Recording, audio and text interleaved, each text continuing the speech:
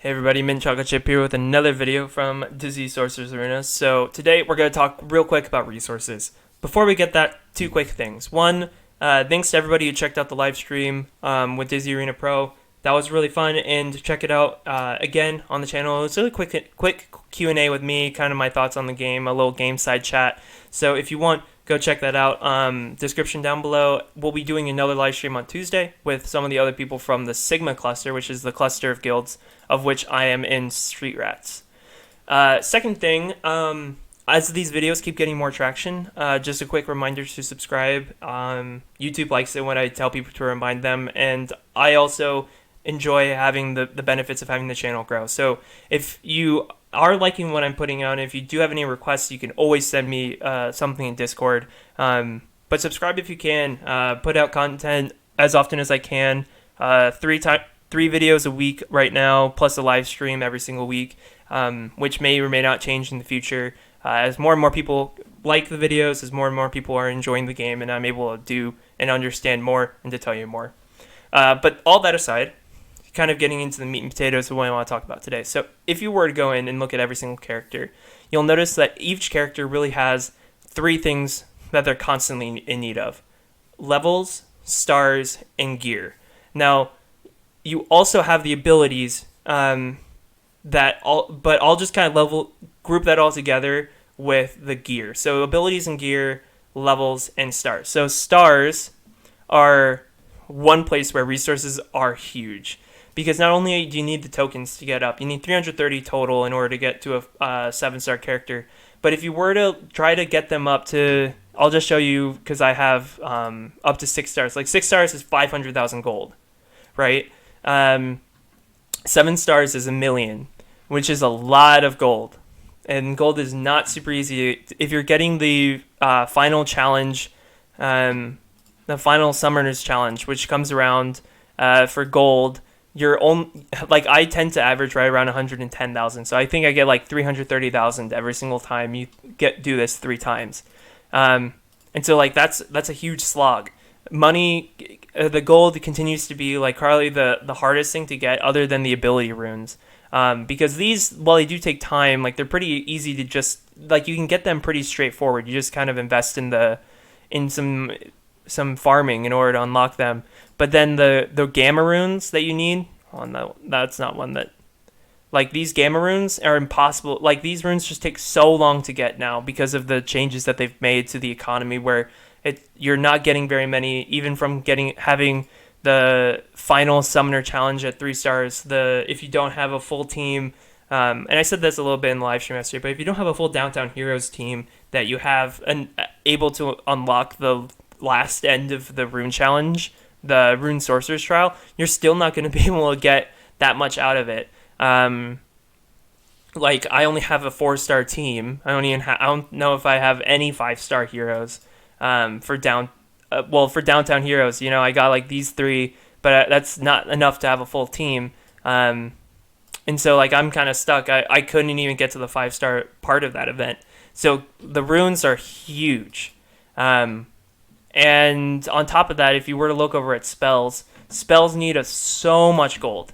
So a level 3 spell, you're like 500,000. Oh, that's not too bad. But then you get to a level 4 spell, and it's all of a sudden it's 1.5 million gold, right? On top of the fact that these pigments are really hard to get, they take forever to farm.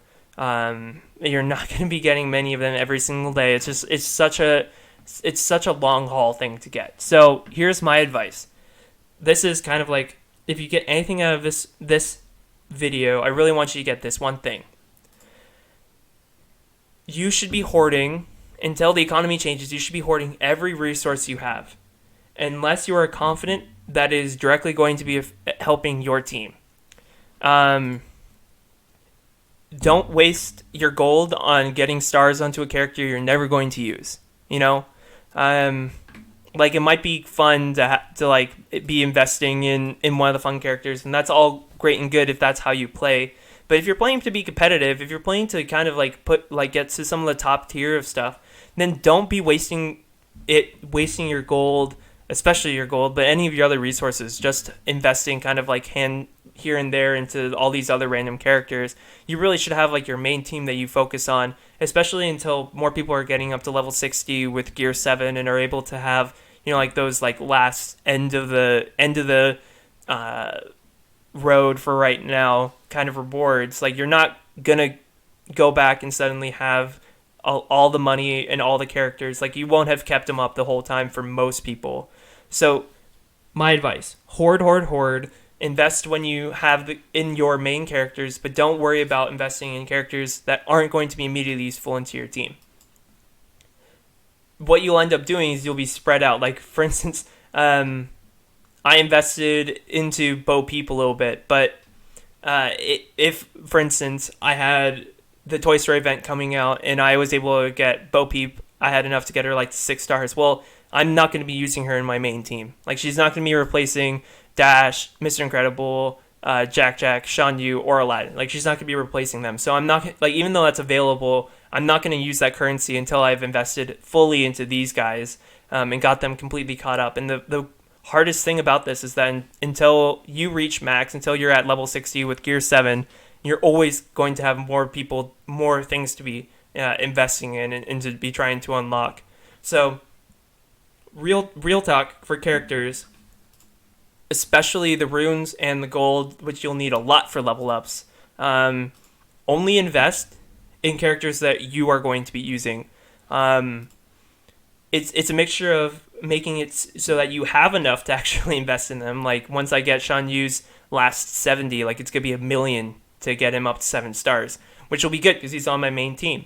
But if I used my 500,000 tier on Manticore up to 6 stars, and then I use 250,000 over here on Robin Hood to get him to 5 stars, well, that's all of my gold basically. So if I might have to then wait to get Shan Yu, and neither of those two are going to be replacing anyone on my main team right now. So that's kind of like, you have to be smart about your investments. I say hoard unless it's going to directly affect your ability to have the strongest team that is available to you. This also goes for spells, because like I said, spells are very hard to get to level 4, and a lot of these, like the 2 best spells, aren't fantastic until they're at that high level. Like Blue Fairy Magic, you really want this speed meter, and like this last level 4 thing is like kind of useful, but you're really looking at this level 3. But Splash Mountain, yeah, you need that level 4 upgrade, and that's so much. Like, by the time you got there, you'll have spent over 2 million gold.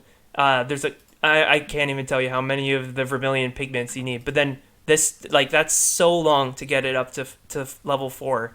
So, like, for me, I'm literally invested nothing into any other spells, both in the exchange and just like in the upgrades. Like, I'm literally just saving up so I can get Splash Mountain to level 4 as soon as I can. And that's just the way the economy is. Like, resources are hard to come by. The only resource from where I am at that's plentiful right now is level up potions. And it's because I'm not leveling up characters that I'm not really invested in. So I'm able to save up.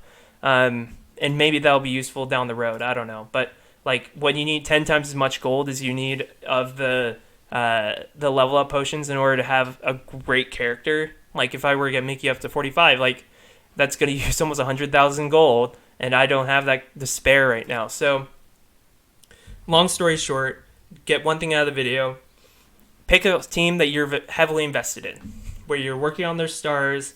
That's why they really recommend in the guide and everywhere else that you go for Kingdom right at the beginning.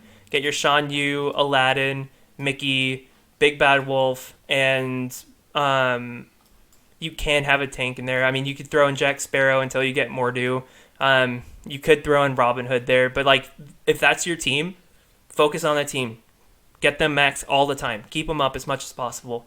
And then just kind of like be okay with the other characters kind of being left on the side, because you're not going to have enough resources to get them up. At level 43, you can see I stopped investing in most of these characters until they become useful later down the road, and when I get to like Tower 5 and I'm actually progressing through it. So with that, that's kind of like all that I had for today. As always, if you do like what you're seeing, feel free to leave a comment. Feel free to Discord me. That's always linked down in the description below. there will be a live stream from me on Monday, and there will also be a live stream coming on Tuesday with Dizzy Arena Pro, but potentially on my channel, potentially on his. We'll get all those logistics figured out. You can find it on the Discord. But with that, guys, I'll see you in my next video.